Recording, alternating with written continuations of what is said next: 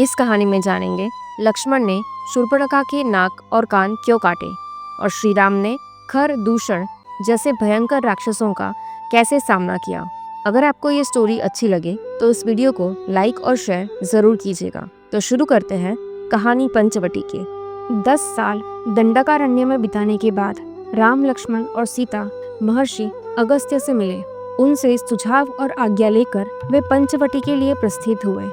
पंचवटी जाते समय बीच में राम को एक विशालकाय गीध मिला जो भयंकर पराक्रम प्रकट करने वाला था। राम और लक्ष्मण द्वारा उसका परिचय पूछने पर उसने अपने आप को राजा दशरथ का मित्र जटायु बताया। उसने कहा कि यह दुर्गम वन राक्षसों से सेवित है। लक्ष्मण सहित वे यदि पर्णशाला से कभी बाहर जाए तो इस अवसर पर वो देवी सीता की रक्षा करेगा। ये सुनकर राम ने उसका बहुत सम्मान किया। जटायु के साथ उन्होंने पंचवटी के लिए प्रस्थान किया। वहां पहुंचकर लक्ष्मण ने उचित स्थान पर एक सुंदर सी पर्णशाला का निर्माण किया। एक बार श्री राम और लक्ष्मण किसी बातचीत में व्यस्त थे। तभी रावण की बहन शूर्पणखा नाम की राक्षसी वहां आ पहुंची, जो राम को देखते ही मोहित हो गई।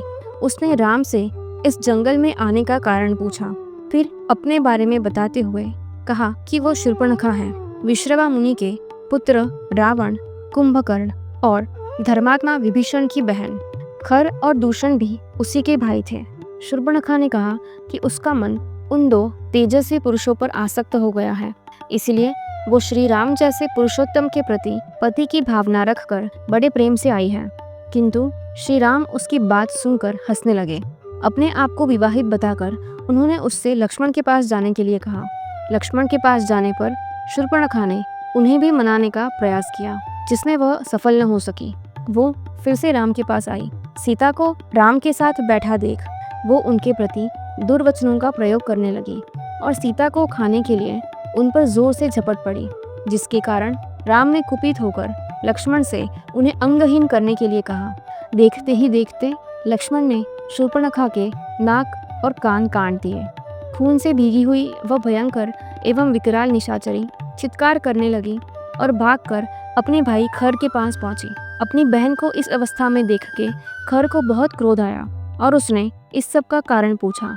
शूर्पणखा ने वन में सीता और लक्ष्मण के साथ राम के आने और अपने कुरूप किए जाने का सारा वृत्तांत बताया। शूर्पणखा की बात से क्रुद्ध हुए खर ने अपने 14 राक्षसों को उनका मुकाबला करने के लिए भेजा, जिन्हें राम ने जड़ से कटे वृक्षों की तरह धराशायी कर दिया। उनको मरा देख शूर्पणखा खर के पास पुनः आई और वो समाचार सुनाया। उसे सुनकर क्रुद्ध हुए खर ने अपने सेनापति दूषण से सेना तैयार करके राम लक्ष्मण पर आक्रमण करने के लिए कहा।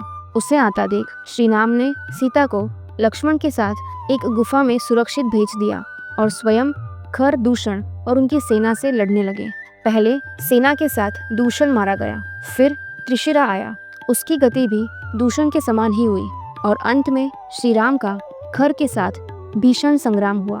अंत में श्री राम ने इंद्र के द्वारा दिए गए तेजस्वी बाण से खर को धराशायी कर दिया। वन का आतंक समाप्त हुआ और पंचवटी फिर शांत हो गई। अगली कड़ी में देखेंगे सीता जी का अपहरण। जुड़े रहिए धर्म कथाएं के साथ और कहिए मेरे साथ जय श्री राम।